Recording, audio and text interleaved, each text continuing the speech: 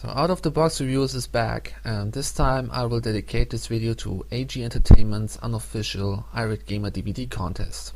Yeah, that's right. So Anthony, thanks a lot for your videos, I really enjoyed them. And your contest will hopefully help some lesser known reviewers to get a few more viewers, or convince people to make their own reviews, so it's really fun. Okay, back to the review. I'm not that confident to win this contest, but I wanted to make a video about this crap anyways, so here we go.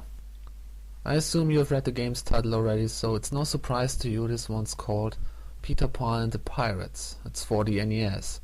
And this game is complete ass. And I'm not saying that to sound funny, you know, with saying words like fucking shit over and over again. This is, I wouldn't even advise hardcore Pan fans to get their hands on this. There are so much better games in the franchise, I know, that deal with the tale. And to be honest, I don't know any Pan game that's bad at all, and there are quite a lot of them. So this one's really sticking out of the pile in a negative way. And I don't say this game's as bad as others of its kind, but there are definitely issues which I will talk about in a moment, after we skip through these sequences. Now, of course you cannot skip them. Pressing start as Jack. Into sequence of credits, I won't even read. Okay, why put the credits already in here? I haven't even started the game yet. I mean, if the game developers decide to put their names right off here, there are two options I see here. One, they know what they delivered and that you cannot beat this mess. You know, to read the credits after and that's what normal games do. Or number two, they were actually so proud of themselves and just wanted to ensure you know their names, so you can look them up in the phone book and hijacking their kids in the morning dawn before they go to school. Okay, so let's not waste more on this and get to the story. But there's not much information given here though, only a stale picture of Pan talking to someone I don't know, and it's a fight for the Neverland. Okay, I'm not that deep into Pan's tale, but I would recognize if it was Hook, which he is not, or some other foe. However, the game doesn't start off too bad. In fact, it's kinda pretty. The landscape is colorful, especially the background, and I really like the backgrounds on this one. It's like they hired, you know, old Saint Bob Ross to make them. And if you don't know who that is, then by God, he's one hell of a painter. The controls seem to be handleable at first, but only until you reach the point where Pan jumps on his own. You know, every time he touches one of these rises. It's not like in Mario and similar games where your character just stops and runs against the wall or whatever obstacle is in the way, and it appears to be a nice feature. The problem is though, it almost nullifies the controllability of Pan, and what's even worse, it also works the other way around. So platformer as this game is, there are also gaps in which you can fall in, and if you just do one step too much, it will suck you right into it. And the jumps are the same as they are in Terminator. You know, miss a ledge by a fucking millimeter and you will just drop down. So you really have to take care where you go and jump. Jumping, by the way, leads to another flaw. As bulky as it already is, if you jump and press upwards at the same time, Pan changes in some kind of levitating state. Now my guess here is the designers tried to refer to Pan's ability of flying, but they failed to transport it into the game. You see me moving left and right here? But it's not me, I'm not even asking to do that. And it really sucks if you have to use this to get to certain areas.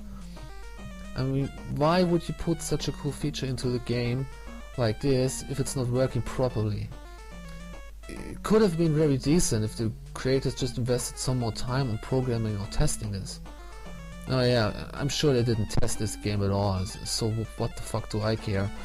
It's obvious that this game hasn't received too much love. However, it goes on and we'll meet a little cutie here, and she tells us we should watch out for traps. Now this is the Neverland, right? How the hell could she know about traps? I mean, if I was Peter at this moment, I'd say, yeah, you've just made your trap, your personal trap, and pull her right behind a tree to do some special treatment to her. I mean, at least that would make the game sort of interesting. And maybe give it a sexual rating, yes too, but the designers didn't want to have any ratings at all, and this game's made for kids, obviously. And they don't even have the guts to create death animations. I mean, the fucking enemies just disappear if you hit them with your sword that's not even dick size long. Okay, we have to go on, and indeed we are about to getting trapped in a steel cage that is falling from the treetops. There you go. And there seems to be no way out of this. And guess what happens? We're entering a bonus stage, I would call it, and we collect logboxes. It took me quite a while to figure that out, but these logboxes actually represent your health. And if you run out of them, you lose a life. So seriously, if I was encaged in a jungle, I would expect everything to happen, you know, like starving to death. Because of course nobody's going to help Peter Pan if he's in danger. Maybe some Indians coming to take him for the dinner. Anything, but not that it teleports me to a bonus stage. I really don't know what happened in the death phase, you know, where the concept for this game was composed. Oh no, wait, I'll take that question back and ask another one instead. What has been left out when the game was made? Yeah, that makes sense. I mean, they had so many good ideas for this game and they screwed them up so badly. I mean, just take a look at this garbage. You see this pink mushroom thingy over here? If I jump on it 3 times, it sets me flying. And I can just skip the whole fucking level. And look at that shit. A pit right at the beginning. And that's supposed to be the game over screen. I bet the designers were rolling on the floor, dying of laughter when they designed the levels. And you can skip most parts of. I mean, just what's the point? Why can't I continue? Is it really that necessary to make me the game start from the very beginning again? Now don't get me wrong, the game's not hard. At least it's beatable. But you can die so easily and the controls are kinda bad. So my final verdict for this game, stay the fuck off of this one. I'll give it only a 2 out of 10. It's awful, and I suggest you go check out Hook.